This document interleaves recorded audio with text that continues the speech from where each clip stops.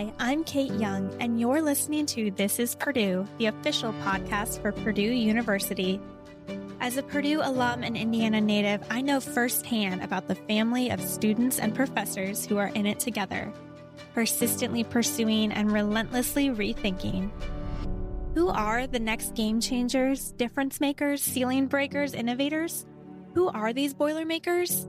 Join me as we feature students, faculty, and alumni taking small steps toward their giant leaps and inspiring others to do the same. Welcome to our 100th episode of This Is Purdue. Over the past 3 years, we have featured more than 160 Boilermaker guests, produced 50 hours, 42 minutes, and 27 seconds of audio, received 7 national awards and distinctions, ranked on Apple Podcast top charts 32 times, and created 207 YouTube videos. It has been so rewarding to look back at how far our team has come and experience the growth of this podcast community we have created. And when it comes to our 100th episode celebration, we knew we had to highlight something that's been a constant in all 100 of our episodes. And that's you, our loyal listeners. So in this episode, you'll hear from both This Is Purdue listeners and a few of our podcast team members as we reflect and reminisce on some of our most exciting, emotional, and just pure fun episodes. To kick off this 100th episode celebration, we'll start with the question that many of our listeners are likely curious about. Hi, this is Christy Lee from Indianapolis, Indiana, the proud mom of a Boilermaker. And as a listener of the podcast, I've always wondered, where do you find your guests? Christy Lee, wow, I love that we have a celebrated radio host listening to our podcast. How special.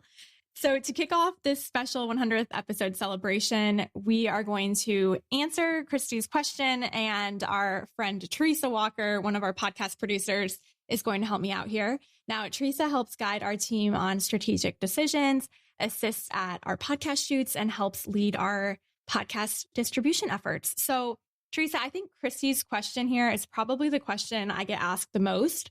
I've spoken to a lot of marketing and communications classes at Purdue. Anytime a student reaches out to me, anytime I'm having a conversation with family, friends, that's usually their top question is, how do you choose these guests? How do you find these stories? So I'm really excited to discuss this further with you. Yeah, I think it's such a great question because it's such a crucial aspect of creating engaging content for our listeners. And we have so many incredible Boilermakers to choose from. So you can imagine there is some strategy behind it. So I'm excited to share that with you. So as part of our department storytelling efforts, we provide a unique perspective on various topics, whether it's research, student alumni achievements, or initiatives led by the university, all through rich storytelling by our teams. And they're told in different mediums, such as written stories and videos, and even standalone podcast episodes like this one. So these stories are shared on the Persistent Pursuit, the premier destination for the best Boilermaker stories. That's my shameless plug. And we keep a close eye on our engagement with those stories and videos and such, and look for those promising indicators so we consider whether it's a good fit for our podcast audience. For example, we had stories of Heather Penny and Dr. Lau published on the Persistent Pursuit first, and their stories were so captivating, evidence of high engagement. Those are clicks on our website as well as social engagement. And we decided to invite them for, an in-depth podcast interviews. In addition, our university is, it's always evolving. We know that. And we want our podcast to reflect that. So when the university launches new initiatives or sets strategic priorities, we see it as an opportunity to bring in those key figures that are involved. I know you can think of several here, Kate. Most recently, we just introduced the inaugural dean of the Daniel School of Business, Dean Bullard. And we know our listeners would be interested in hearing from him about the future of the school. So we were really excited to include him. With all that said, the team really strives to bring our listeners the most relevant and engaging content possible. And that's how we do it. Thank you, Teresa, for walking us through that question from Christy. I know our podcast team loves welcoming people like Dean Bullard to the Purdue community. Having that opportunity is really unique, and our team is honored to help tell these Boilermaker stories. Next up, we're answering a listener question on something that Purdue has very close ties to. Can you guess which episode we're reflecting on next? Hi, gang. My name is Nick. I work for the Indianapolis Motor Speedway Radio Network. I'm actually born and raised in Tippecanoe County, and I'm a huge supporter of everything Purdue University does in and out of the classroom. I absolutely loved the interviews you all did highlighting Angela Ashmore and her involvement as an engineer winning the Indy 500 back in 2022. I know from my personal experiences working in the IndyCar paddock, I've always found it remarkably cool, not only how many Boilermakers are working on and engineering these race cars, but just how many female engineers like Angela have kind of gravitated towards the sport. So I'd love to know if you all at Purdue University have seen an uptick in interest in motorsports engineering in recent years. And I'd also love to know if those of you on the podcast who maybe weren't racing fans before became one after meeting Angela, learning about her story, and seeing the sport up close. Take care, guys. Nick, I absolutely love this question, and we so appreciate you sending this one our way. Angela's episode is actually really one of my favorites because there were just so many exciting behind the scenes elements with that. And then when her team won in 2022, we did a follow-up episode with her. That was really fun to get her perspective after she achieved her giant leap of winning the Indy 500. And today, to help me answer this question, I have Derek Schultz, Purdue's senior strategic communicator and media relations specialist. And he is the point person for most of the university's external communications when it comes to Indianapolis initiatives. He also has a focus on promoting Purdue University in Indianapolis and the Daniel School of Business, faculty, research, and stories, pitching those to the media. He also has his own podcast, so I'm excited to have a fellow podcaster to chat with on this question. At this point, Kate, who doesn't have a podcast, right? Seems like everybody has one. But first and foremost, huge This Is Purdue fan, not only a colleague, but a fellow podcaster. I've been trying to get on this show forever. So I'm so glad that all that badgering paid off. Now I don't have to spam your inbox anymore asking when I'm going to be on This Is Purdue. So this is great. I love it. I love it. We're happy to have you. So Derek here is a huge sports fan. He's super knowledgeable about all things IndyCar. And Derek, I know you got to spend some time in the paddock for the 2023 Indianapolis 500 at IMS. And your role within Purdue University in Indianapolis, I think our listeners will be really interested to hear more about, because there's an accredited motorsports engineering degree offered at Purdue in Indianapolis, and it's the only degree like this in the entire country. And it teaches engineering with a focus on racing. So these students get this hands-on experience and direct connections to the industry in Indianapolis, aka the racing capital of the world. Yeah, you know, when you think of Purdue, I think a lot of people think engineering. When those same people think of Indianapolis, I think the first thing that comes to mind is racing. So the marriage of those two, it's just perfect. It makes sense. It's not something that we have to force. Purdue University in Indianapolis, of course, originally the brainchild of President Emeritus Daniels, but President Chang has really taken the baton and made it a big university initiative, along with the aptly named Daniel School of Business, of course, which you mentioned, and Purdue Computes. It officially launches July 1st, and we couldn't be more excited about it. I think what we've seen here in the last year or so, as we've really kind of hit the ground running to lift this university up, is a lot of interest in the motorsports program that you mentioned, Kate, in Indianapolis, which is the only accredited motorsports engineering undergraduate program in the entire country. It has fed students and graduates to racing series like IndyCar and IMSA and NHRA, where a lot of the teams are headquartered, and then manufacturers as well. Dallara USA is right here in Speedway. Cummins, Allison Transmissions is right across the street from the Speedway, and all headquartered, at least their American operations, all headquartered right here in Indy. This past year alone for the motorsports engineering program, we've seen it get national coverage from outlets like Racer Magazine and Marshall Pruitt, but also locally with Wish TV, WTHR, you know, all 5 television stations, in fact, that have taken interest in the program. And we're proud to highlight the work of Chris Finch, who's been really running point for that program for a long time, and his talented colleagues and students and graduates, and marry them here under the Purdue umbrella. And then also connect that with everything that Todd Nelson and the folks in West Lafayette have done with Purdue Motorsports. It's a lot of exciting stuff. There's so many success stories. You mentioned Angela Ashmore. Also on that team was Rebecca Hutton, who's an Indianapolis graduate from the program. Just this past year, we've seen ME graduate from West Lafayette and Jonathan Hassler win the NASCAR Cup Series title as the crew chief for Ryan Blaney. Josephine Eskelson is a recent graduate of the Indianapolis program. She made 2 fuel strategy calls that won Brian Herta Autosport races in the IMSA series.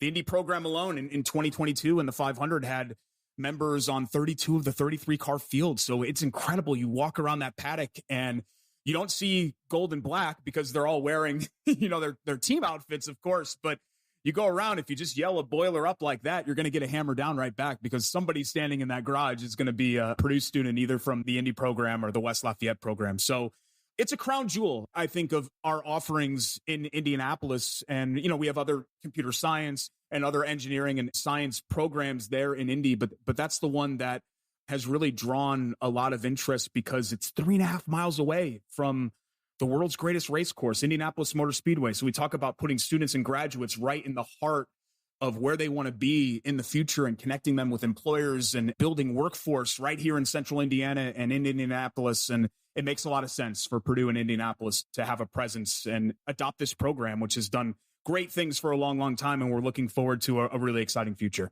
And Derek, we had Angela Ashmore and Chip Ganassi Racing win in 2022. And then in 2023, most recently, we had 2 engineers on the Team Penske, Joseph Newgarden's car, who won the Indy 500. So that's 2 for 2. What do you think? Is Purdue lucky or what? Yeah, it's definitely a good luck charm. In fact, word's getting around because I've already got all the IndyCar teams. It's January. They're already flooding my inbox. Hey, you got to get us on with Kate. You got to get us on with Kate. So they know. The people in the paddock know about the power of This Is Purdue. That's for sure. I love it. Thank you for joining us, Derek. We appreciate it. No problem. Thanks so much. And to answer Nick's second part of his question, after our interview with Angela and our experience working with Chip Ganassi Racing, I absolutely have become more of a fan of the IndyCar series overall. And I'm always cheering from afar for Angela and the CGR team. Speaking of Angela and her historic Indy 500 win, this Purdue School of Mechanical Engineering alumna recently made her mark on IndyCar history yet again. For the upcoming 2024 NTT IndyCar Series season, Angela will be the lead engineer on Marcus Armstrong's number 11 Honda at Chip Ganassi Racing. She is the 3rd woman to serve as a lead engineer for an IndyCar Series team.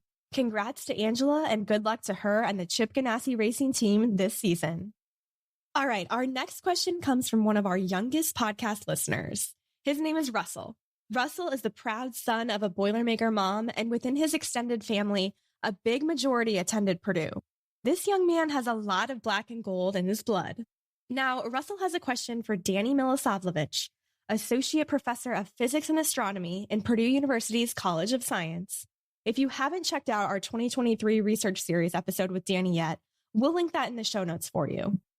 Danny shared more about his work on NASA's James Webb Space Telescope and how this incredible tool has been a major key to his research. Plus, he discussed Scary Barbie, virtual reality field trips, and a supernova explosion, Cassiopeia A, that was created by a stellar explosion 340 years ago from Earth's perspective. Trust me, it's a must listen. So let's hear what Russell wants to learn from one of our resident space experts here at Purdue. Hi, my name is Russell and I'm 6 years old. How many stars are in all the universes in one? Russell asks, how many stars are in the universe? This is actually not an easy question to answer because we can't count them all. Most stars are too far away to see individually, and many stars we can't even see at all. We must estimate. Let's begin, for instance, with the Milky Way, for which we have a reasonable estimate, something like 100 billion stars. Next, we must multiply that number by the number of galaxies in the universe, which is something like 1 trillion. There are approximately 100 billion trillion stars in the universe. That's 100 sextillion, not a number you use every day.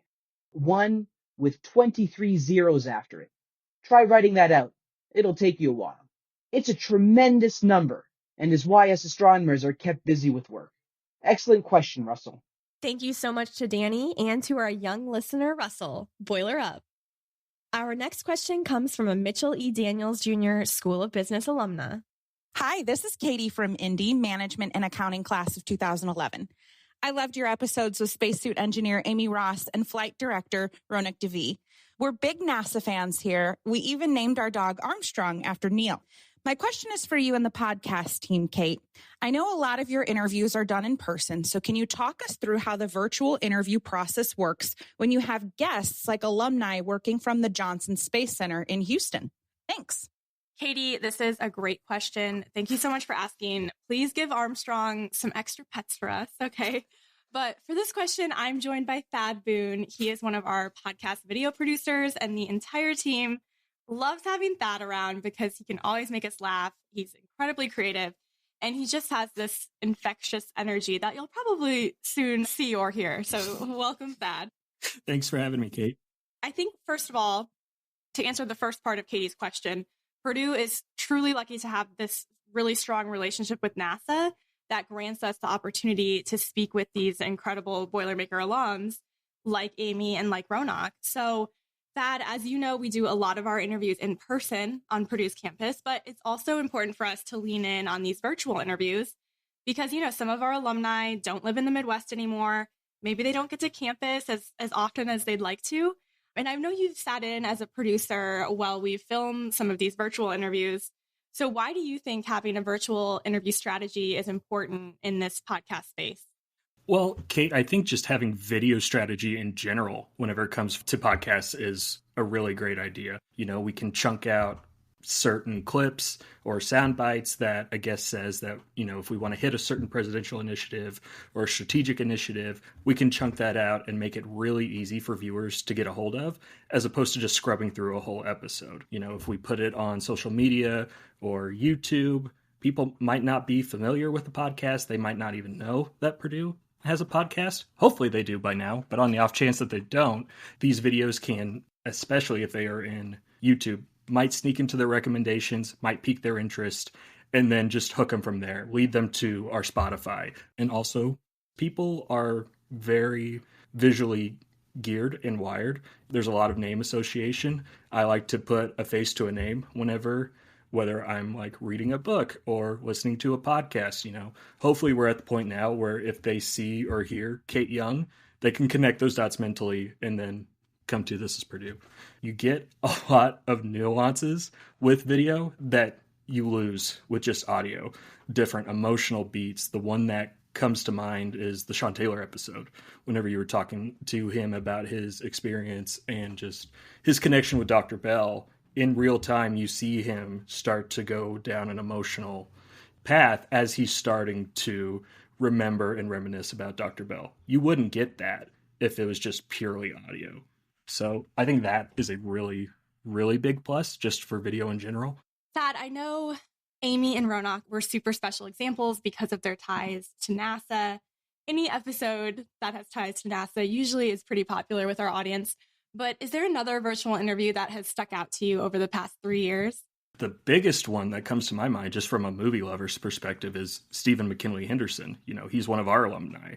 That is a prime example of the benefit of doing virtual interviews. If we had him in person, I'd probably just hijack the interview and pepper him with questions about Dune or working with Ari Aster, Timothée Chalamet, you name it. So it was very good that we were in different time zones for that. But also, he is a very successful and working actor. So as long as they have, and not just Steve McKinley Henderson, but as long as a guest has access to Wi-Fi and a laptop or a phone even that has a webcam, we're good to go. We've got them as long as their schedule permits it. Stephen McKinley Henderson was a lot of fun to be a part of.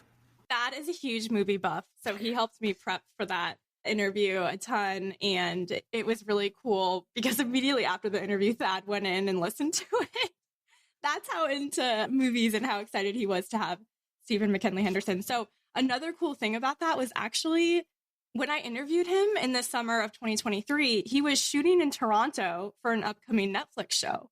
So there was no way his schedule would allow him to get back to campus, you know, set up an interview in West Lafayette. So that's just another great example of the power of virtual interviews is we were able to talk to this incredible alum who was just casually shooting for Netflix for his next big project, right? Yeah, as one does. And it was also really interesting too, because he was talking about upcoming projects.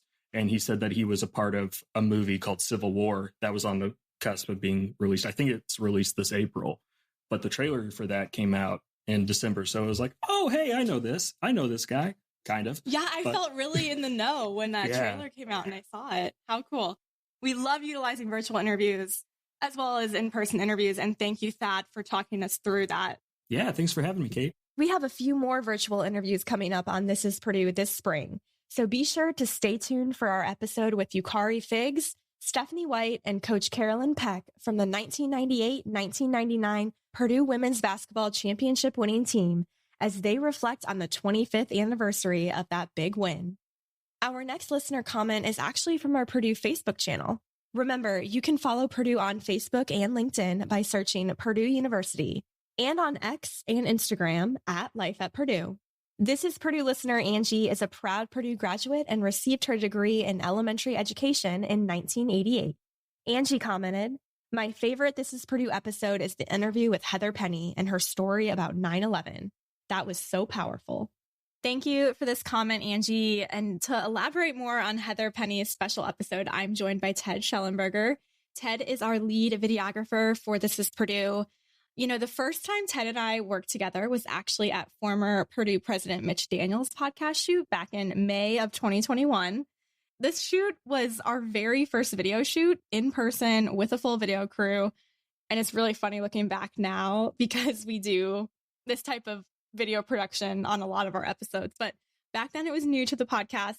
And really my favorite way to explain Ted's role is that he's just my right-hand man. He collaborates with me. We collaborate together for each podcast episode. It's been just such a joy, Ted, watching you get as excited about the podcast as I do. And Ted even has built out some sets in his backyard to test certain things before an interview. He's also been known to build some set pieces in his garage. So, Ted, welcome. We're so excited to have you today to talk us through some of our video strategy, and especially with Heather's episode. Thanks for having me. I was really excited to help out with This is Purdue from the first time that you had mentioned it to me. I saw it as an awesome opportunity to get to meet some really interesting people and have them tell their stories in their own words. And it gave me an opportunity to do what I like to do most, which is record interviews with people, do all the lighting, and have lots of cameras. So that was really a good opportunity. So as Angie mentioned in her comment on Facebook, one of our most popular episodes of all time was Heather Penny, who's a Purdue alumna and a fighter jet pilot. And she has her story with 9/11. So, you know, looking back at this episode, I remember being pretty nervous for this one. Heather's been featured on national TV. We knew as a team it was going to be a really emotional story. We also knew Heather would be on campus, so we really wanted to take advantage of those strong in-person interview visuals for this episode. We've talked about virtual episodes and the purpose that they serve, but this one was going to be in person, and we knew we had to just nail this and make it the most perfect location for Heather's story. So Ted, give us a little bit of some context and background about Heather's video shoot and how you chose that location. It was a big episode, and Heather has such a unique story. It was important to let her tell it. With Heather's background as a pilot, it made sense to try to incorporate that into the interview location. So I took it upon myself to try to secure an airport hangar for us. And I remember walking in there that day. It's just incredible. You're in this huge airport hangar. There's Purdue themed logoed planes in there. Heather herself was so thrilled and maybe even a bit shocked at the setup and how, you know, just perfect it was. So Ted, I know this was a really emotional interview. I remember our entire team was just in awe, absolute silence while she was sharing her story. How did you feel during it? Did you find yourself getting emotional? What were you thinking when you were hearing her story? Her story was one of the most interesting stories that I have heard. She has such a fascinating story, and it was incredible to be in the same room and to hear it from her instead of watching it on television. I have seen her on television on some of the 9/11 memorial times that she's been on. It was so special to see her there in person. It was such a historically significant event, 9/11, and it was such a big national tragedy, but it also has significance on the whole world. Living in Indiana, I've never met anybody who was in New York at Ground Zero that day or in any of the locations that were so significantly impacted. So it was really interesting to hear her story. She and only one other person had that story to tell of being called up to go in the jets and do what they were doing that day. It was amazing. Absolutely. And Heather has such a commanding presence. It was just, I think, an experience that we can all say we'll remember forever. Yes, Purdue is lucky to have an incredible aviation program and an airport at the university. That really set the stage for this interview and featuring Heather's story, and it was such a special experience. I agree. I'm glad you and I could experience it together. And it is such a unique feature for our campus. And the Purdue Flies initiative, that furthers our Purdue President Mung Chang's ABCD strategy, in which the A stands for airport. So it's actually Purdue's goal to provide the university's students, staff, families, residents in the greater Lafayette area, even with this easier, faster connection to the world via O'Hare in Chicago. So we will link that press release in our show notes for everyone.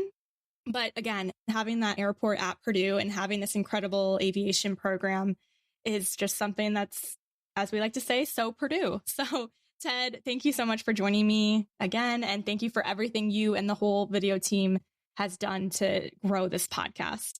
Thank you. Thank you so much. Another listener comment we received on social media was from Aaron.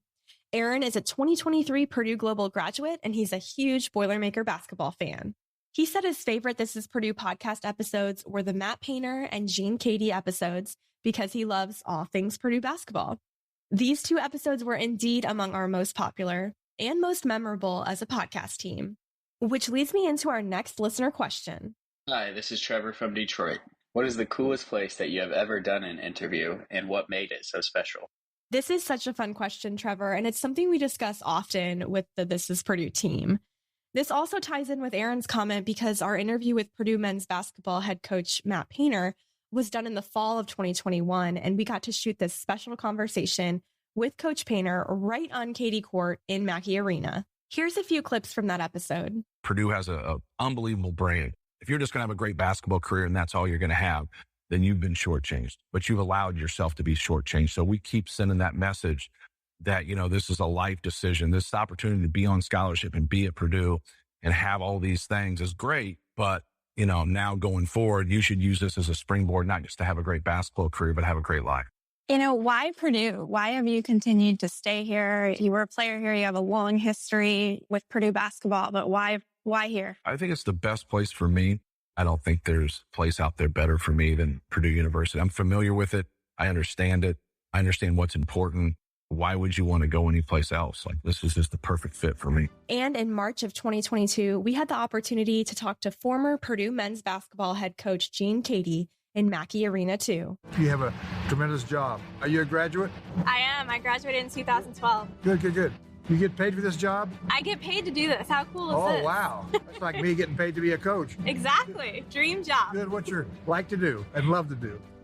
And when I asked Coach Katie about his favorite memory or story from his experience leading the Purdue Boilermakers men's basketball team for 25 years. There's so many, I could write a book probably if somebody wanted to listen to it, but mainly that I was very into Purdue because they were academic oriented, and my players get a degree from Purdue, you could probably get a really good job. And that's what I always insisted on. My players go to class, be on time, and try your best. That was my 3 rules.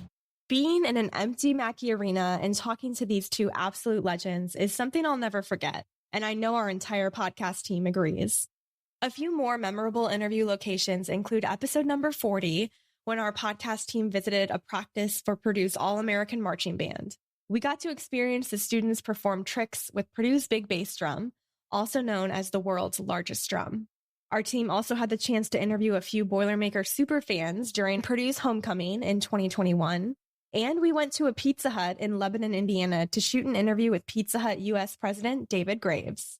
And of course, recording interviews at iconic places like Holloway Gymnasium, with Purdue volleyball coach Dave Shondell, getting to know our head football coach Ryan Walters, and shooting video at one of the team's practices are also at the top of the list.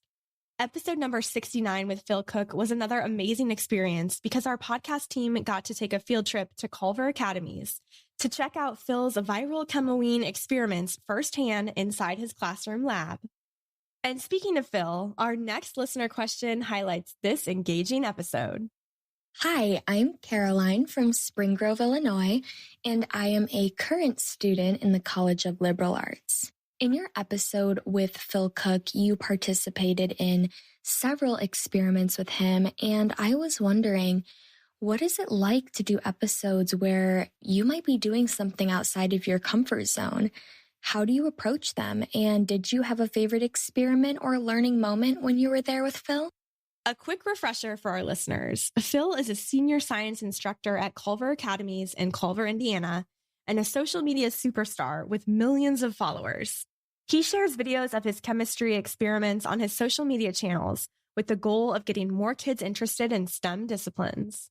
This was a special episode of This Is Purdue that was released right around Halloween of 2022, hence the Chemoween reference. I also got to assist Phil with these spooky experiments like the candy corn trick and the self-carving pumpkin. Oh, and Phil also lit my hand on fire. Here's a little snippet from Phil's episode to better paint the picture. Is my hand wet enough? Yes. Okay. Go ahead, grab some bubbles. Perfect. Okay, come over here. I'll fix it. I'll fix it. Lock that elbow. Okay, flat palm. Ready? Come me over a second. Tuck your thumb. 1, 2. It happened so fast. The amount of trust I had in Phil for this one. Phew. So to answer your question, Caroline, yes, this job requires me to get out of my comfort zone quite often. I never thought having my hand lit on fire or being run over by Purdue's big bass drum would be part of my job description as a podcast host, but hey, anything to make an episode more exciting, right? I loved our entire day with Phil, but my favorite part of this experience was when our whole team got involved in one of those Chemoween experiments and ate some of Phil's liquid nitrogen marshmallows. It's definitely a podcast shoot we will never forget. Okay, and while we're still on the topic of cool locations for podcast shoots, I can't not mention this episode from the summer of 2021. Really? Well,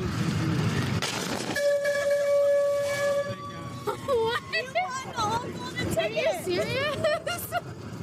Hi, my name is Steven. I'm a 2021 Purdue engineering grad, and my question is, what was it like behind the scenes filming the Golden Ticket episode and coordinating travel all around the Midwest? Thank you for this question, Stephen. And this is an episode that I'm really excited to talk about and reminisce on. For this one, I'm joined by Ashley Schroyer, social media manager for Purdue. Now, Ashley has been part of our podcast team since 2021. We actually started at Purdue around the same time. So we've been working together on the podcast social media strategy for about 3 years now. She's not only a colleague, but a great friend to me. Super excited to discuss the old Golden Ticket. Welcome, Ashley. Hello. I'm so happy to be here to reminisce with you. Okay, Ashley, so we have to go way back for this one. This is the summer of 2021. Purdue University came up with a really creative plan to encourage students to get vaccinated as part of our Protect Purdue initiative. So the old Golden Ticket vaccination drawing was born. And the prize, the Golden Ticket, was $9,992, which is the equivalent of a year's undergraduate tuition cost for an in-state Boilermaker. So 10 lucky students were randomly selected. And once our team received the list of those 10 students, we didn't just call them up and tell them, oh, you've won. No. Ashley, you and I, we went on a Midwest road trip together, along with a few of our other teammates, and we got to award and surprise some of these 10 students in person. To this day, I think it's one of my favorite experiences working for Purdue, and it's probably my core Purdue podcast memory to date. I completely agree. Like, what a great memory and an experience to be a part of. Gathering the 10 winners, figuring out how we could talk to them without spoiling this massive surprise was definitely a bit complex, to say the least. And the other thing, Kate, if you remember, we had basically less than a week to pull this off. So we got to work immediately. Yes, it was a bit of a time crunch. I remember our team went on the road trip. Of course, as Stephen mentioned, we surprised winners with visits to their house.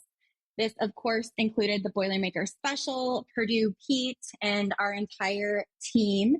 We had gold confetti that we popped as they opened the door. It was just truly such a fun celebration, and every student was genuinely surprised, and you could truly see that on their faces. Our Golden Ticket reveals dominated our social media for that week. The actual reveals, we were posting them all over on all of our channels. The Boilermaker audience was speculating where we were going to deliver the next old golden ticket, and were celebrating in real time with us those that had won.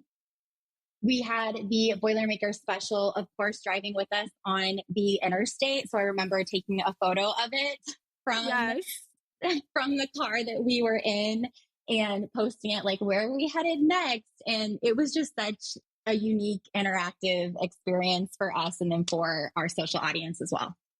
I remember meeting each of these student winners, of course, but also their families. And one of the students who won, Jeremiah, he was from Naperville, Illinois. His dad cooked our whole team lunch. It was like just such a special memory that I'll hold in my heart forever. And the parents getting involved in it was really half the fun. Like, they wanted to surprise their student, their child, as much as this Purdue team did. So it was just so much fun. And honestly, I love that I'm able to reflect back with you, Ashley, because I'm remembering things that I had kind of forgotten about. This was a couple summers ago now. Absolutely. Like you had said, we actually FaceTimed Jeremiah's grandfather in India because it was his birthday. So, I mean, when we say it was like a whole family experience, it truly was. It really was. I'm going to play a clip of some of this episode now because I want all of our listeners, our new listeners who maybe didn't catch it back in 2021, to hear all of the different audio elements we had. We had behind the scenes audio of our team on the road. We had parents leaving me voicemails trying to coordinate these reveals and these surprises. So we headed off to surprise Alex Vusko, a mechanical engineering student from New Lenox, Illinois. I had left a few voicemails on Alex's parents' cell phones before I heard anything. You guys were funny on the phone, the way you tried to kind of tell us, but not really tell us. It was cute.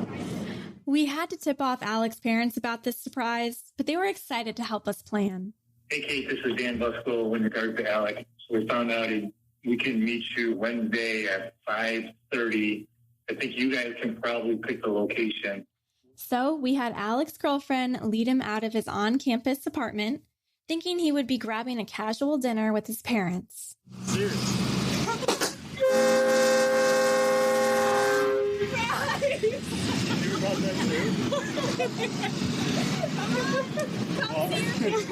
us how you feel. I kind of don't believe it. Like, what are the odds of that? Like, realistically, what are the odds? We did it. Congratulations. I don't know how to react. Like, I physically don't know how to move my body right now. I don't know how to react. I think we're due for another podcast road trip, Kate. I completely agree. Let's make that happen. Stephen, thanks again for this question. It was a blast reminiscing on that special episode. Our next listener question is actually a question for one of our This Is Purdue podcast guests, Mark Lundstrom.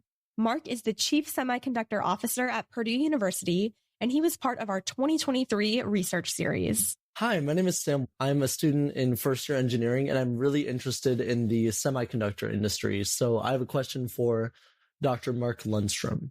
I was wondering, in your episode, you talked about how the demand for the STARS program is so high. And in my experience, talking to my peers at Purdue, a lot of us want to be accepted into the STARS program, but the ability to handle that many students, it seems like, isn't there quite yet. So I was wondering what alternatives exist for me and students like me to do this summer who aren't accepted into the STARS program.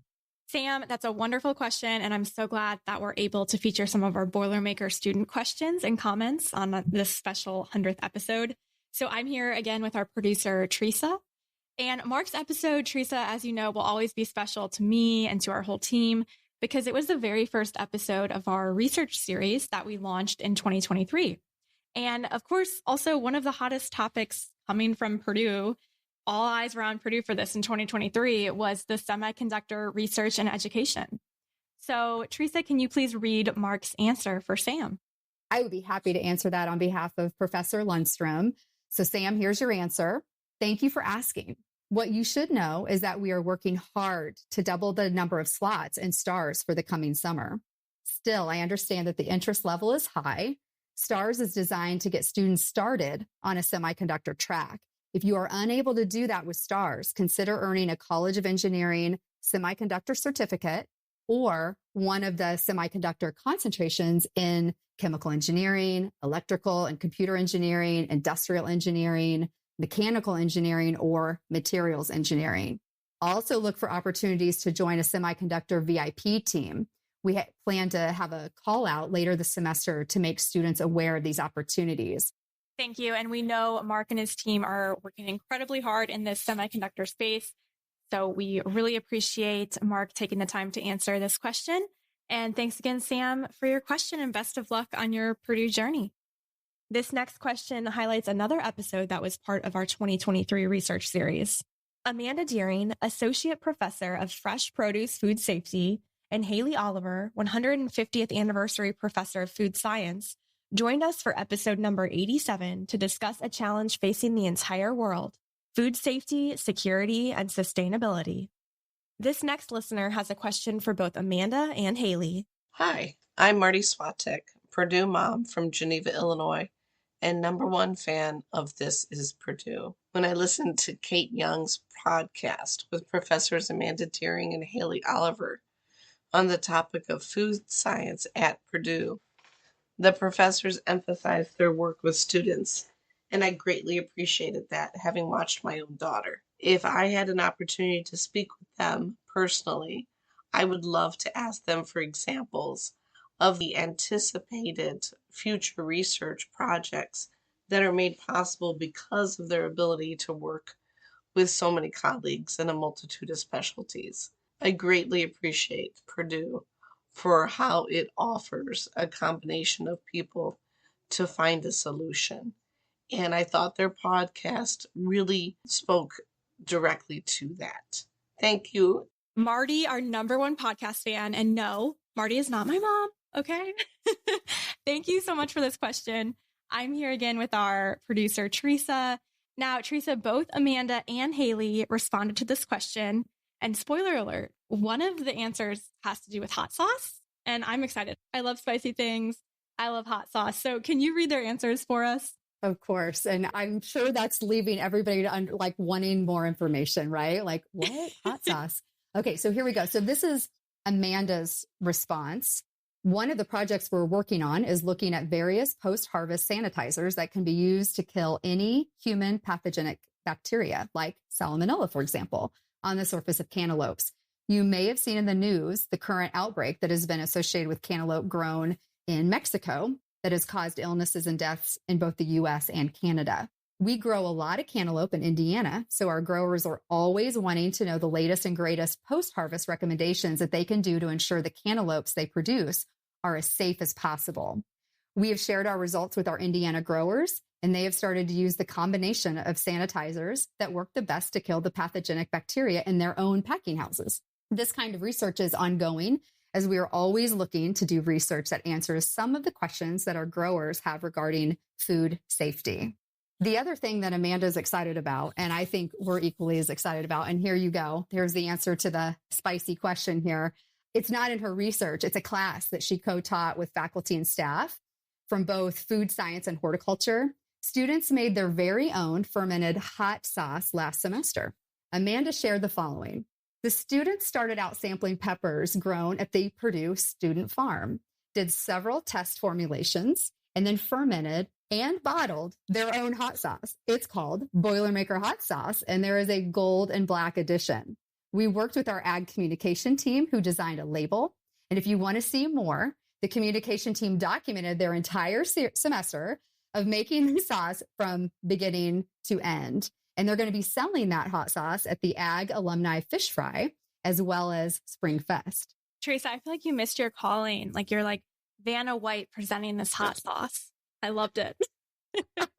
So I know Haley responded and joked with us that she couldn't compete with Amanda's hot sauce class necessarily, but let's hear her response. Yeah, I think she cut herself short. This is actually very important work. But I'm going to first set the stage for you in regard to Haley's response to her most recent work. Maybe our listeners, I know with you, Kate, do you remember a couple years ago when the national headlines were all about shortages in baby formula? This started out as an issue of the formulas tainted with Chronobacter sakazekii.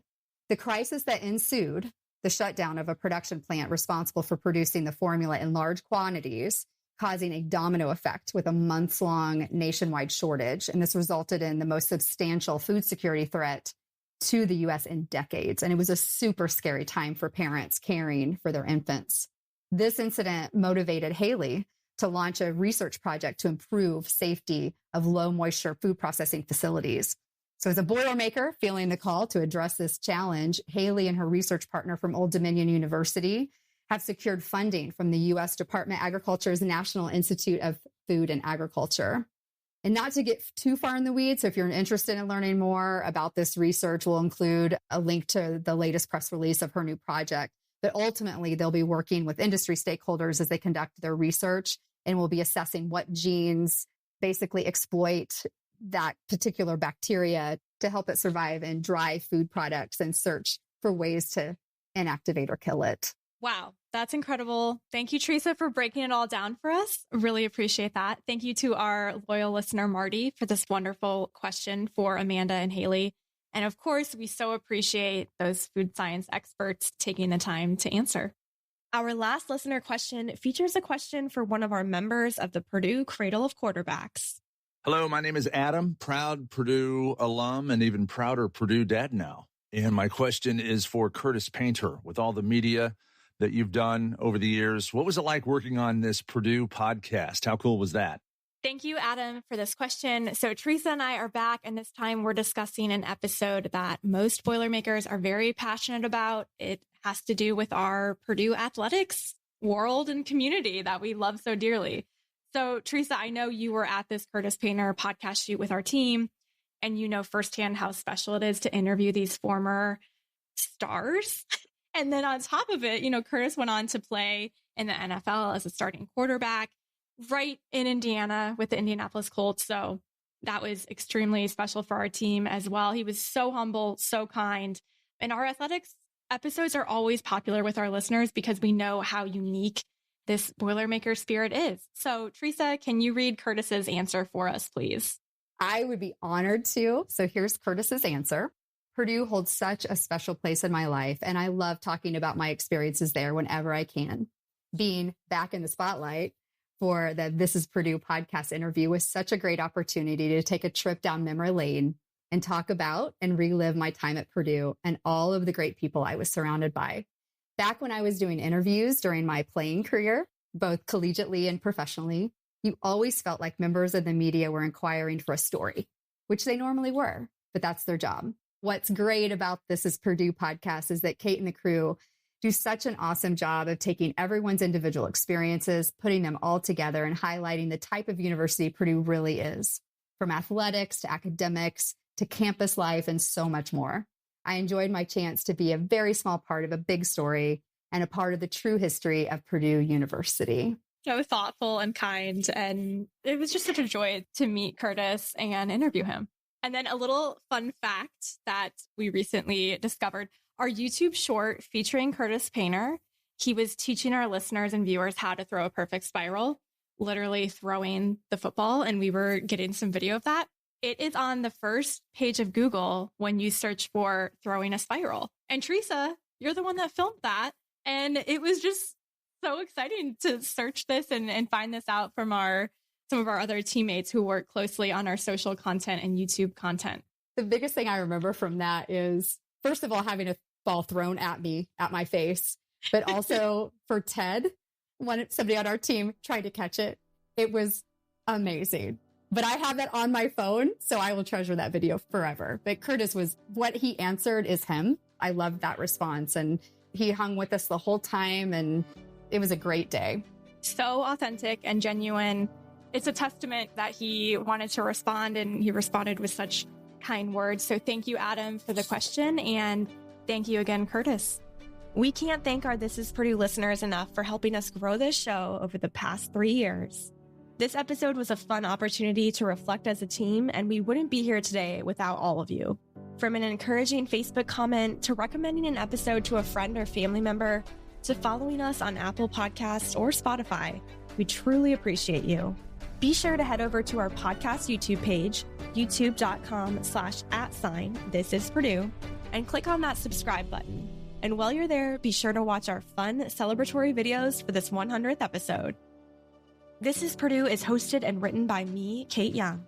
Our podcast videography is led by Ted Schellenberger in collaboration with Thad Boone, John Garcia, Zach Mogensen, and Allie Cheney. Production assistance is done by Delaney Young and Carly Calcao. Our social media marketing is led by Maria Welch.